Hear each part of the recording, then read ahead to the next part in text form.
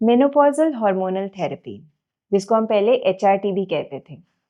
Menopause के symptoms कभी-कभी इतने अनबियरेबल हो जाते हैं कि लगता है कि डेली लाइफ रुक गई है।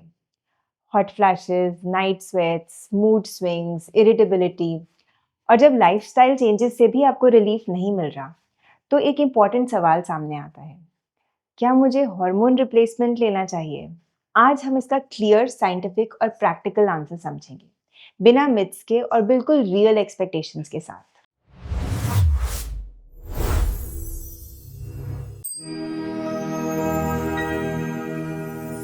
Hi, मैं हूँ doctor Aastha Dayal and I'm the director of obstetrics and gynecology at CK Birla Hospital in Gurgaon and have my own clinic at DLF Phase 1 in Gurgaon. तो आज का टॉपिक बहुत इंपॉर्टेंट है, हार्मोन रिप्लेसमेंट थेरेपी, जिसका नया नाम है menopausal hormonal therapy. और इस वीडियो में हम क्लियरली समझेंगे कि ये क्या है, क्या ये लेनी चाहिए, किन कंडीशंस में ये सेफ है और किन सिचुएशंस में इसको अवॉइड करना चाहिए।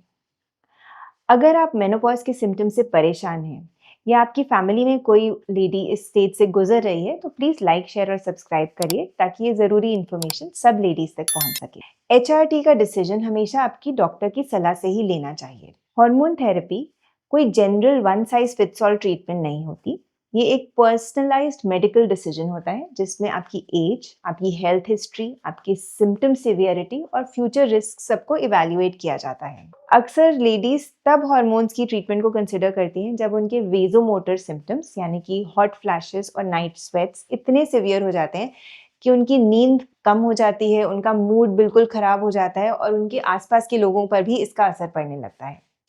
इसी तरह vaginal dryness, painful intercourse, burning sensation या रेकरेंट यूरिन इन्फेक्शंस कभी-कभी इतने प्रॉब्लमैटिक हो जाते हैं कि नॉर्मल लाइफ को भी अफेक्ट करने लग जाते हैं।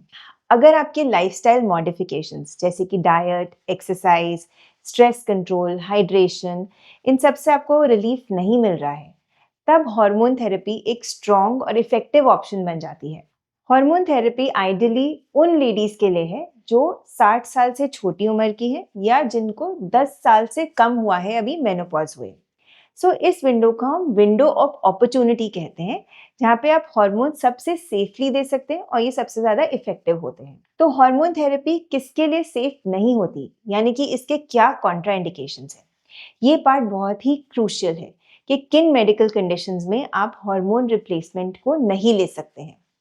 अगर किसी भी लेडी को ब्रेस्ट कैंसर हुआ है या उनको स्ट्रोक स्ट्रोक यानी कि ब्लड क्लॉट हुआ आपके बॉडी में, जो आपके ब्रेन में चला गया या हार्ट में चला गया, जिसको ब्लड क्लॉटिंग डिसऑर्डर कहते हैं, या आपको कोई एक्टिव लिवर डिजीज है, या आपको कुछ ब्लीडिंग हो रही है और हमें अभी तक इसका कारण नहीं पता ये ब्लीडिंग कहाँ से आ रही है, तो इन कंडीशंस में आप हार्मोन थेरेपी नहीं ले सकते। इसलिए हार्मोन थेरेपी स्टार्ट करने के पहले आपको पूरा medical evaluation which includes your ultrasound, mammography, liver function test, lipid profile, ये सब बहुत ज़रूरी है। ये इंश्योर करता है कि आप इस थेरेपी को सेफली लें और आपको फ्यूचर में इससे कोई रिस्क ना हो। मेनोपॉज़ल हार्मोनल थेरेपी किस टाइप की होती है और कैसे इसको सिलेक्ट करें?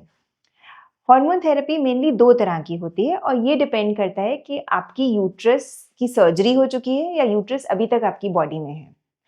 अगर आपका यूट्रस रिमूव हो चुका है, यानी कि आपकी हिस्टेरेक्टमी हो चुकी है, तो आप ईस्ट्रोजन ओनली थेरेपी ले सकते हैं। लेकिन अगर आपका अभी यूट्रस प्रेजेंट है, तो ईस्ट्रोजन के साथ आपको प्रोजेस्टेरॉन ऐड करना बहुत ज़रूरी है ताकि आपकी यूट्रस की लाइनिंग, जिसको हम एंडोमेट्रियम कहते हैं, मोटी ना हो जाए और उससे कोई कैंसर का रिस्क ना हो।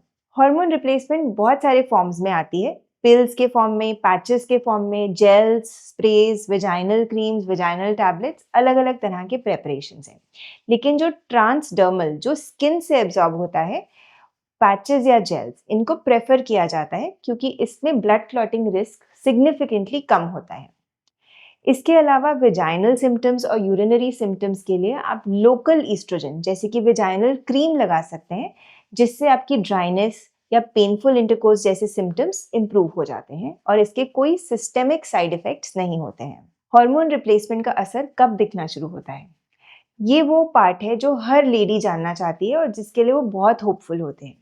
तो ज़्यादा से ज़्यादा लेडीज़ को 2 से 4 हफ्ते में ही नोटिसेबल रिलीफ मिलता है। इनफैक्ट मैं देखती हूँ कि जब मैं ये थेरेपी शुरू करती हूँ, तो अगली विजिट में women come to me and they tell me I am a changed person, आपने जादू से मुझे ठीक कर दिया है। तो इतना ड्रास्टिक इफेक्ट होता है। हॉट फ्लैशेस बिल्कुल कम हो जाते हैं, नींद बिल्कुल बेटर हो जाती है, इरिटेशन कम हो जाती है, मूड स्विंग सेटल हो जाते हैं और एनर्जी लेवल्स इंप्रूव हो जाते हैं। काफ़ी लेडीज़ ये जेन्युइनली फील करती हैं कि now I am feeling like my self. लेकिन HRT स्टार्ट करने के पहले 3 से 6 महीने में आपको कभी-कभी थोड़ी ब्लीडिंग हो सकती है।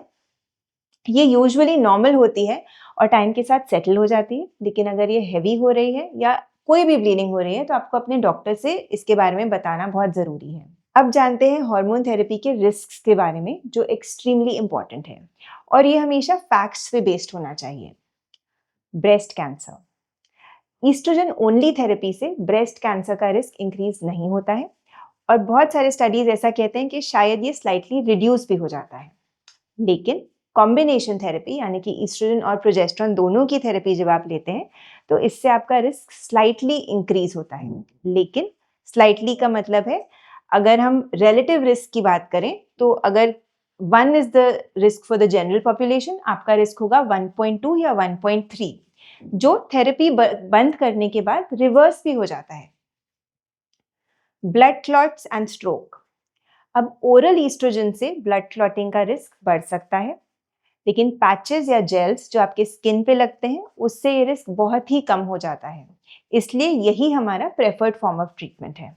हार्ट हेल्थ, अगर आप हार्मोन रिप्लेसमेंट को अर्ली मेनोपॉजल विंडो यानी कि मेनोपॉज के पहले 10 साल में और 60 साल से कम की उम्र के अंदर शुरू करते हैं तो एक्चुअली ये हार्ट पर एक न्यूट्रल इफेक्ट करती है और देखा गया है कि शायद ये इफेक्ट प्रोटेक्टिव भी होता है और इसीलिए 60 साल के बाद क्योंकि ये रिस्क ज़्यादा हो जाता है इसलिए हम तब इसको शुरू नहीं करते हैं।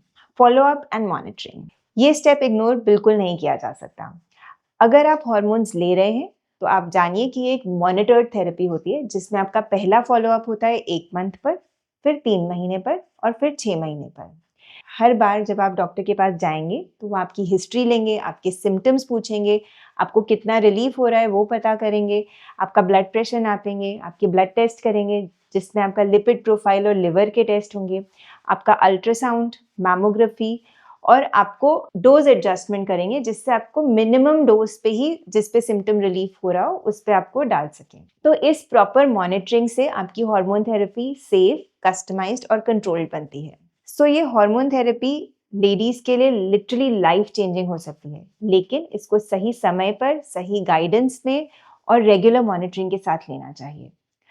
अगर आप मेनोपॉज के सिम्टम्स के साथ स्ट्रगल कर रहे हैं या आपकी डेली लाइफ अफेक्ट हो रही है और लाइफस्टाइल मेजर्स से आपको रिलीफ नहीं हो रहा, तो अपने डॉक्टर से इसके बारे में डिटेल में बात करें और इससे अपने आप को हार्मोन रिप्लेसमेंट के लिए इवैल्यूएट करें। और सही गाइडेंस के साथ हार्मोन रिप्लेसमेंट आपको एक कंफर्टेबल, एनर्जेटिक और सिम्टम फ्री लाइफ वापस दे सकती है। अगर आपको ये वीडियो यूजफुल लगा तो please like, share and subscribe कीजिए और कमेंट्स में ज़रूर लिखिए कि अगर आप चाहते हैं कि मैं हार्मोन रिप्लेसमेंट के किसी स्पेसिफिक फॉर्म पर जैसे कि पैचेस, पिल्स या लोकल ईस्ट्रोजेंस पर डिटेल में वीडियो बनाऊं। Thank you.